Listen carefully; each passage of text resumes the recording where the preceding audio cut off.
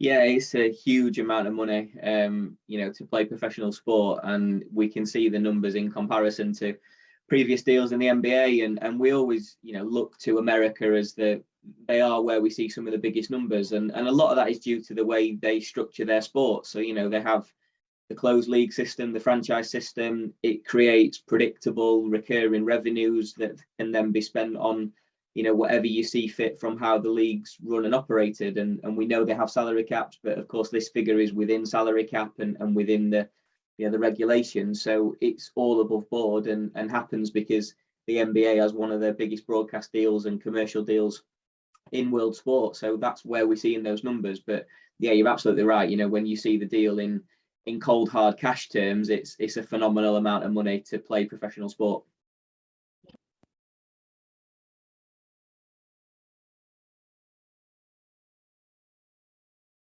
I think there's probably always going to be a little bit of that. Yeah, you kind of always looking at what's going on in the wider sporting world. But I think again, for me, it always comes back to the way in which leagues in America are run and operated and governed. And that's always been their method. Is it's a closed league. There's no promotion, no relegation. We share revenues a bit more equally. We franchise the clubs. We have salary caps. We have the draft system, which of course you don't see anywhere else in the world because the college system in America is far bigger than any other college system.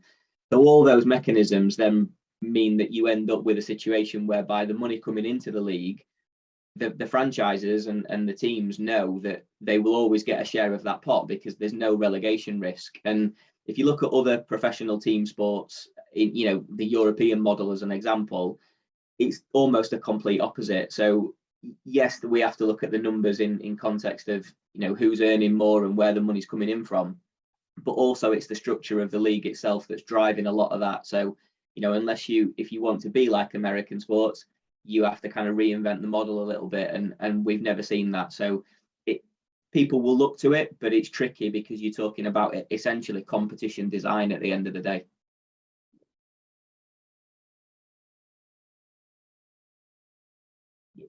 Yeah, I think that's the risk in it for the Lakers, and I think that there's the risk of that, but there was also the risk of losing him and losing the asset and losing the brand association and the value that somebody like LeBron James brings with the Lakers and everything else he's got going on in his personal life as well. We know he's connected to Liverpool and the wider network that he operates in. So there's that at play where you're balancing the risk. From a playing side of things, yes, the injury risk is there, but I think the Lakers felt that it was enough to get the next 2 years, where they could potentially win something again with LeBron, and that risk was far lower than losing him. And I think that's where they've ended up at. And there will always be risks again, but again with the NBA, we know that careers can go a little bit later versus other sports, and I think when you balance that up, the Lakers have obviously arrived at the decision that it's better to keep him now for a couple of years than potentially lose him.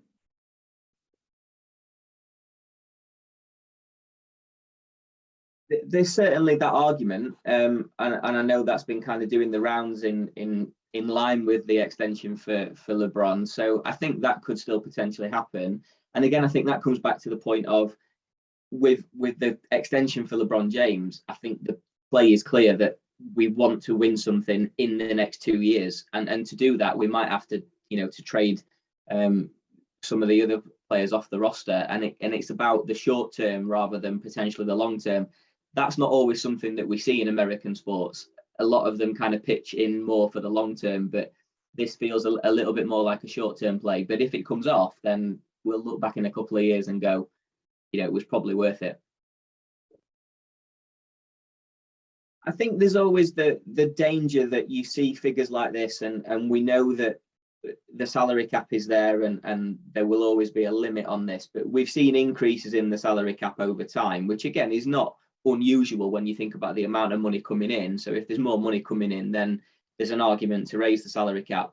I think what the teams will always be suggesting, and the way that side of things has gone, is that there's an expectation that they need to keep raising the salary cap, and that's always okay if you've got the money coming in to support. So I think that will be the trade-off, and that will be it's always a risk in any professional team sport. They are reliant on broadcasters, they're reliant on commercial partners to generate that revenue at league level.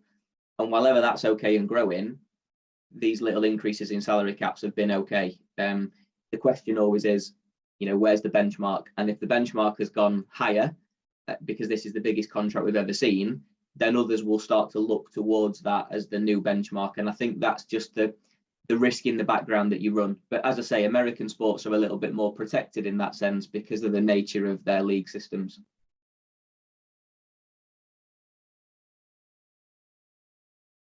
Well, yeah, I think all of those on that list that we mentioned, that next kind of wave of superstars behind LeBron, and also those that are kind of, on a par with him at the minute, some would argue.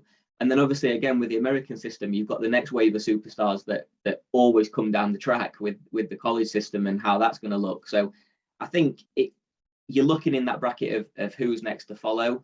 You'd be looking at those that are in the relatively younger age bracket compared to LeBron, so those that have got career longevity to come. And if that's now the marker, you might see some of those players look to aim for that kind of figure in the future. That puts a little bit more pressure on the teams and the salary cap, but it's not inconceivable that could happen, because when you set a bar, others look to follow. So we might see some more increases in that regard in the future. Yeah.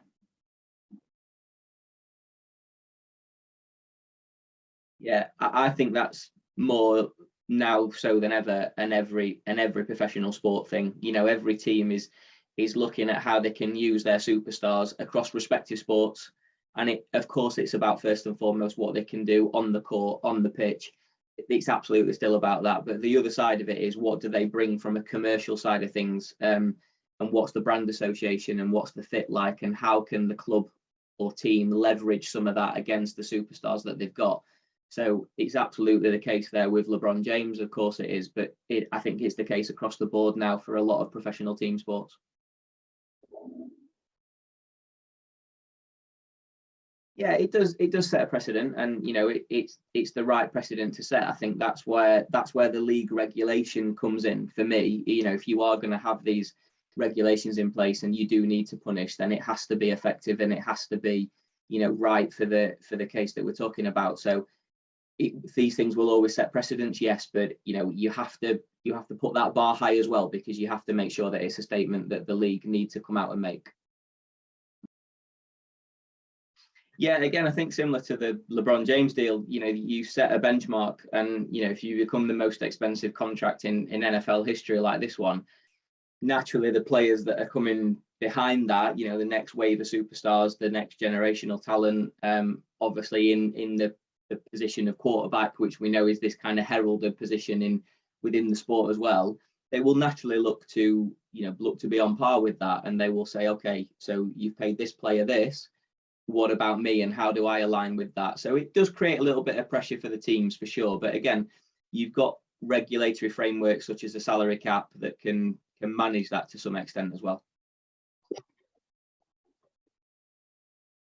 I think when you add all those things together, it does become that position in one particular sport that is always talked about. If you look at the NFL, they are the highest revenue generating league on the planet in terms of broadcasting. That's the bar. The NFL is the very top of all sports. And then within that, you have the quarterback position that even non-NFL fans or people that have a passing interest in the sport, they know what a quarterback is. So it does become, when you factor all those things in, I think we are probably talking about, as you say, the most coveted and the most financially, look at the numbers around it. It's the highest paid position, in sport across the world.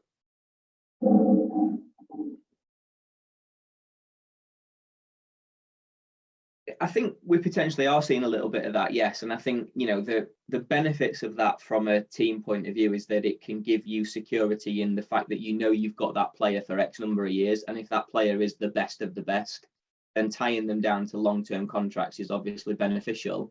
The risk is that you need to then fund that salary for the course of that contract, and you've got other players to play, other costs to bear.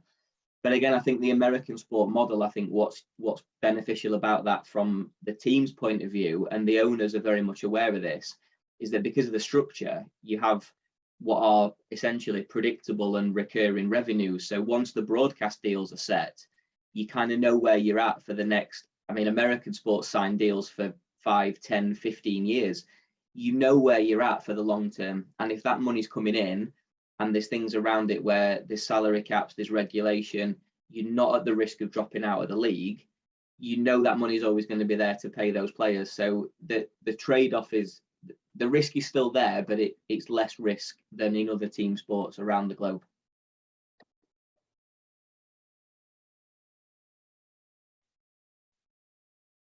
I think some will and already are doing. Of course, we never see the real detail in the contract because we can't from the outside looking in, but we know there are all sorts of clauses in contracts nowadays, and some of those are linked to injuries. Okay, not a freak accident like that one, but some are linked to injuries. And if you've got players that suffer with a lot of injuries, you'll get performance related pay bonuses and decreases and things like that. So I think they're kind of there in the background. Whether or not there's something that covers that kind of freak style accident, I think you're almost talking about some sort of insurance style policy that could be built into contracts.